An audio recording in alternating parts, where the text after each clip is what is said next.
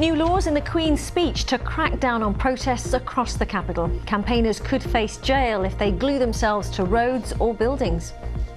So, new laws were outlined in the Queen's speech today as part of the government's plans for the year ahead. As well as tackling the cost of living, which we've been hearing about, there was new legislation that will outlaw some forms of protest. Well, the capital has played centre stage to some of the most high-profile activism in recent years. Let's join our political editor, Tim Donovan, who's in Westminster this evening. Over to you, Tim. Riz, there have been a lot of protests in the capital in recent times on various causes, and usually or often the intent is to disrupt the normal functioning of the city, and usually it's about how we get around, and it's blocking or interfering with roads and increasingly bridges like Westminster Bridge here.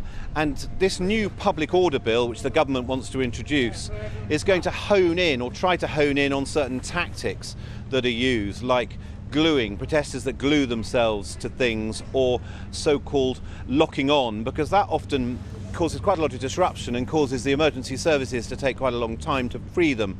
Now the government will say that that is just not the kind of right to protest because it interferes too much in our life, but protesters and campaigners are concerned that there is potential encroachment here on their civil right to protest. From Oxford Circus and Extinction Rebellion's pink boat to shutting the M25, protests have brought the capital to a standstill over the past few years. It's tactics like that seen here that new legislation aims to target. Campaigners are unhappy with what's planned. The government today said it won't erode the right to protest. We live in an open society and an open country where absolutely the right to protest is a fundamental freedom that we all cherish.